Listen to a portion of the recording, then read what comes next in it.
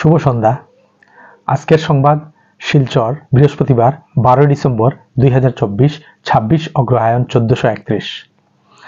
আজকের বিশেষ বিশেষ সংবাদ হল 12 দিনে উপকৃত হবেন 11 লক্ষ বিকাশের উৎসবে সরকার। পড়ুয়াদের স্কুটি, সাইকেল, অর্থ সাহায্য, মহিলাদের ক্ষুদ্র ঋণ মুক্তি, আত্মসহায়ক গোষ্ঠীর সদস্যদের সাহায্য, রেশন কার্ড বিতরণ ইত্যাদি দেওয়া হবে এবছর। হিন্দু বিরোধী বামপন্থী অখিল কটাক্ষ মুখ্যমন্ত্রীর। বাংলাদেশে হিন্দুদের যে অবস্থা হচ্ছে, বিজেপির শাসনে অসমের মুসলমানদেরও একই অবস্থা হবে। বিধায়ক অখিল গগৈর এই অভিযোগের জবাব দিয়ে মুখ্যমন্ত্রী আজ তাকে হিন্দু বিরোধী বামপন্থী বলে আখ্যায়িত করেছেন। আজ ফিরছেন কৌশিক কৃষ্ণেন্দু, ঝাঁকালু সংবর্ধনা জানাবে বিজেপি।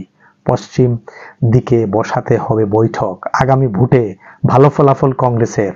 রাজীব ভবনে ভবিষ্যদ্বাণী জ্যোতিষীর পরামর্শ নিয়েই এবার বিরোধী জোটের বৈঠক। প্রস্তাব ভূপেনের।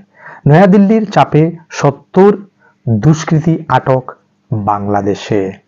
মাওবাদীরা খুন করল বিজেপি নেতাকে।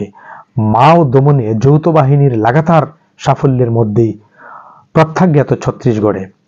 বস্তার বি ডিভিশনের বিজাপুর জেলায় বিজেপি নেতাকে ঘর থেকে টেনে বের করে খুনের পর ঝুলিয়ে দিল মাওবাদী গেরিলা বাহিনী। কেন্দ্রীয় বাহিনী এবং পুলিশের গুপ্তচরদের উদ্দেশ্যে হুঁশিয়ারি দেওয়া লিফলেট ও রাস্তায় ছড়িয়ে গিয়েছে মাওবাদীরা। মঙ্গলবার গভীর রাতের ঘটনায় এলাকা নতুন করে আতঙ্ক ছড়িয়েছে। সিএএ শহীদদের আজ শ্রদ্ধা জানাবে ছাত্র সংস্থা। বাংলাদেশ নিয়ে মোদী সরকারের উপর চাপ বাড়ালো সংঘ পরিবার। জ্বলছে মন্দির গড়বাড়ি, মহিলারা নির্যাতিতা বাংলাদেশে। অসমের হিজবুল সদস্যের যাবজ্জীবন কারাদণ্ড। লখনৌর নিয়া আদালতে কমরুজ্জামানের সাজা ঘোষণা আজ। ইউনুসের দুয়ারে কড়া নাড়ছে আরাকান আর্মি।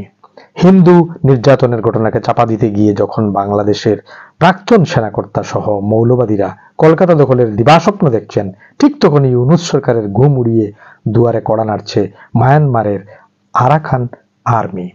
বিদ্যুতের 161 কোটি দিতে পারছে না ঢাকা, ক্ষুণ্ণ ত্রিপুরা। নির্ধারিত নম্বর পেলেই স্কুটি নয়, আছে অনেক শর্ত। সরকারি স্কুটি পেতে হলে ছাত্রীদের 60% নম্বর এবং ছাত্রদের 75% নম্বর পাওয়াটাই যথেষ্ট নয়, মানতে হবে আরও কয়েকটি নিয়ম। আজ গুয়াহাটির রাজ্য সরকারের আনন্দরাম বড়ুয়া ও ডক্টর বাণীকান্ত কাকতি পুরস্কার প্রদান অনুষ্ঠানে কিছু শর্ত বেঁধে দিয়ে ঘোষণা করেন মুখ্যমন্ত্রী ডক্টর হিমন্ত বিশ্ব শর্মা। সিরিয়া থেকে দেশে ফিরলেন 75 ভারতীয়। এবার দেশ বিদেশের খবর। ভারত রাশিয়া সম্পর্ক সমুদ্রের চেয়েও গভীর। পুতিনের পাশে থাকার বার্তা রাজনাথের।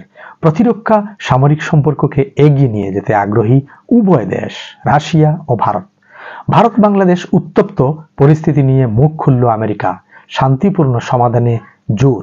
দিল্লিতে একাই লড়বে আপ। কংগ্রেসের সঙ্গে জোটের জল্পনা ওড়ালেন কেজরিওয়াল। দিল্লির আসন্ন বিধানসভা নির্বাচনে একাই লড়বে আম আদমি পার্টি। কংগ্রেসের সঙ্গে জোটের জল্পনা উড়িয়ে দিয়ে বুধবার আপ সুপ্রিমো অরবিন্দ কেজরিওয়াল স্পষ্ট জানিয়ে দেন, আসন্ন বিধানসভা ভোটে রাজধানী দিল্লিতে কংগ্রেসের সঙ্গে জোট করবে না তার দল। 2031 সালের মধ্যে ভারতের পারমাণবিক শক্তির ক্ষমতা বাড়বে 3 গুণ। লোকসভায় দাবি কেন্দ্রীয় মন্ত্রীর। স্বামী শ্বশুরবাড়ির বিরুদ্ধে ব্যক্তিগত প্রতিশোধ নিতে আইনের ধারা 498 এর অপব্যবহার হচ্ছে, সুপ্রিম কোর্ট বলল কথাটি। স্পষ্ট প্রমাণ ছাড়া শ্বশুরবাড়ির বিরুদ্ধে মামলা চালানো উচিত নয়, সতর্ক করল বেঞ্চ। ইভিএম কারচুপির অভিযোগে কমিশনের বিরুদ্ধে সুপ্রিম কোর্টে যাচ্ছে ইন্ডিয়া।